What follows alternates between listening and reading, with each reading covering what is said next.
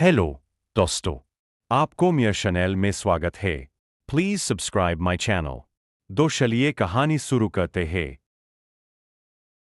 गांव की छुट्टियों में राघव अपने दादा दादी के गांव गया था।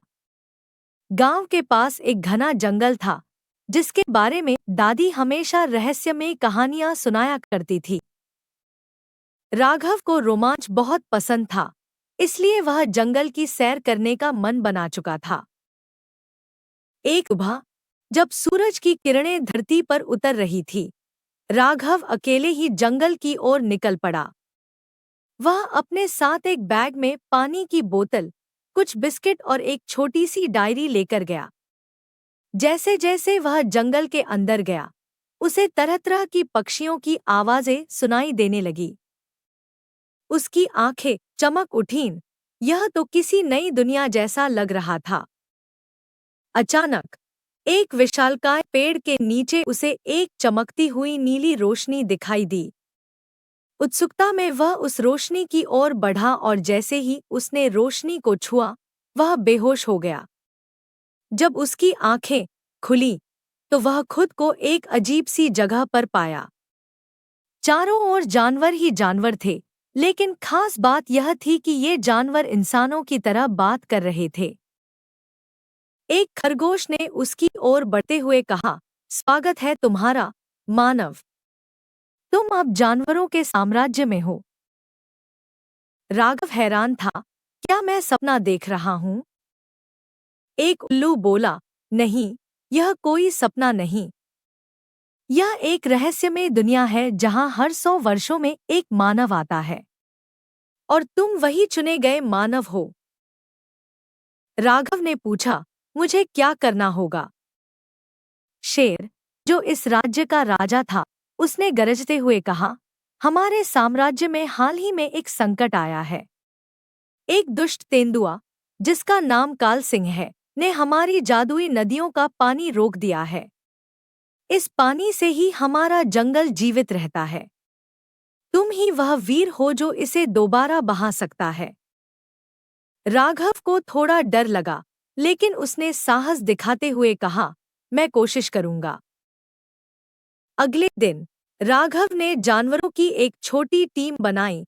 तेज दौड़ने वाला चीता चिंकी, बुद्धिमान बंदर बबलू और चालाक लोमड़ी जया, चारों मिलकर काल सिंह की मांद की ओर निकल पड़े। सफर आसान नहीं था।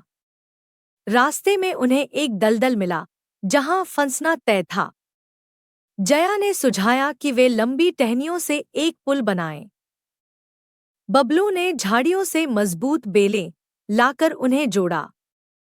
राघव की मदद से सबने पुल बनाया और दलदल पार किया।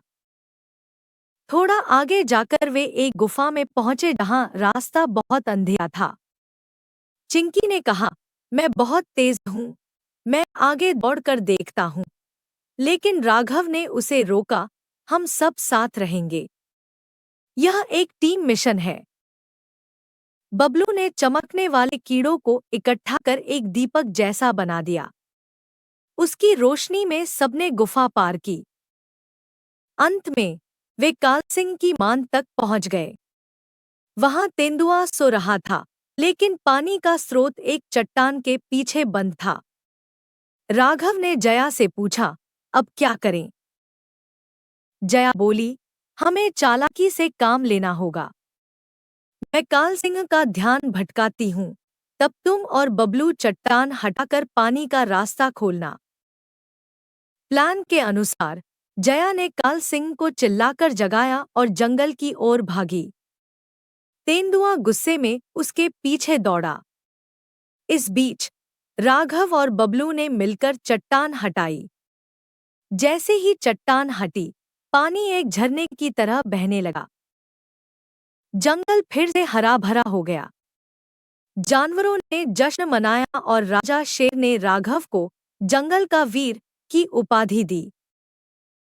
अचानक वही नीली रोशनी फिर से प्रकट हुई और राघव को वापस गांव ले आई।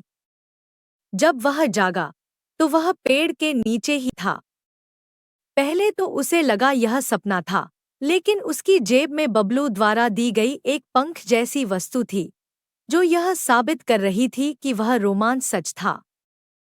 उस दिन के बाद राघव हर किसी को जंगल और जानवरों के उस अद्भुत संसार की कहानी सुनाता रहा।